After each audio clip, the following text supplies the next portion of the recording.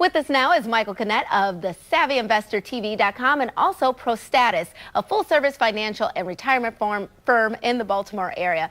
Michael is also a popular radio show host and best-selling author. He joins us now. Michael, welcome. Good morning, Elsa. It is good to see you. Good to see you as well. Tell me, when we are considering getting a financial planner, what are the first things that we need to think of? So I think obviously you want somebody who's going to connect with you on a personal level, somebody you're going to be comfortable with. Obviously there's a huge trust factor here. So I think when you're sitting down, it's just a matter of how does it feel? Does it feel like the right connection to you? Are they saying things to you that resonate, that make sense? I think that's a good starting point, making sure it's kind of the gut check. Is it a good feeling? And you said don't go it alone. You definitely need to get someone's help with this. Don't just wing your financial future, I guess. Well, obviously I'm biased as a financial planner. I think everybody deserves to have a financial planner in their life. But I mean, think about this. For the longest time, there were 567 iterations on when and how to collect Social Security. As an individual, how could you possibly know all those? You know, there's 8,000 mutual funds. There's a couple hundred annuities. There's thousands of stocks. How do you do the research yourself? How do you figure out the iterations of the ups and downs of the market? You know, what the pros and cons of an annuity, estate planning, all those things come into play. And how could you possibly do all those things on your own? I mean, as a financial planner, I spend hours and hours and hours every week just studying this stuff, let alone, you know, somebody who doesn't do this for a living. Right. Imagine that. That's your job. You become an expert at it. Exactly. So, and you touched on this too. When you're online, you're seeing all of these resources and they're like, oh, we'll teach you this and this, or you get all this conflicting information. It's sort of hard to wade through all of that. The next best thing come along, yeah. Yeah, all the time. It was interesting. In 2008, you know, obviously it was a huge market downturn, right? People lost, you know, 40, 50%. It was huge losses.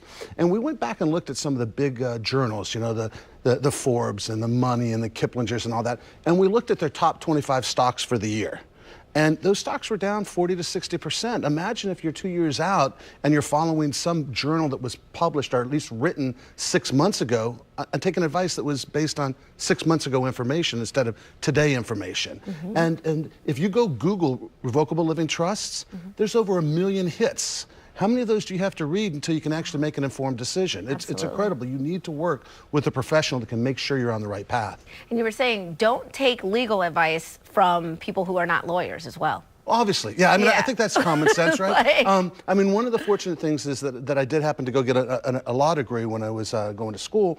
But non-attorneys have this habit of just kind of winging it because they, for the most part, it feels like it should be a simple process and an easy process. And to some extent it is. But I have seen clients come in our door that have gone to those online websites to download like powers of attorney. Absolutely. That 90% of it is absolutely correct. It's that 10% that's missing, absolute devastation to their plan. So I think you want to sit down with somebody who understands law, preferably an attorney, obviously. Absolutely. And then when you are approaching a new person, how do you check their credentials? Well, I mean, there's things you need to ask when you're hiring a new person. You know, how do you get paid? I think is a very reasonable question.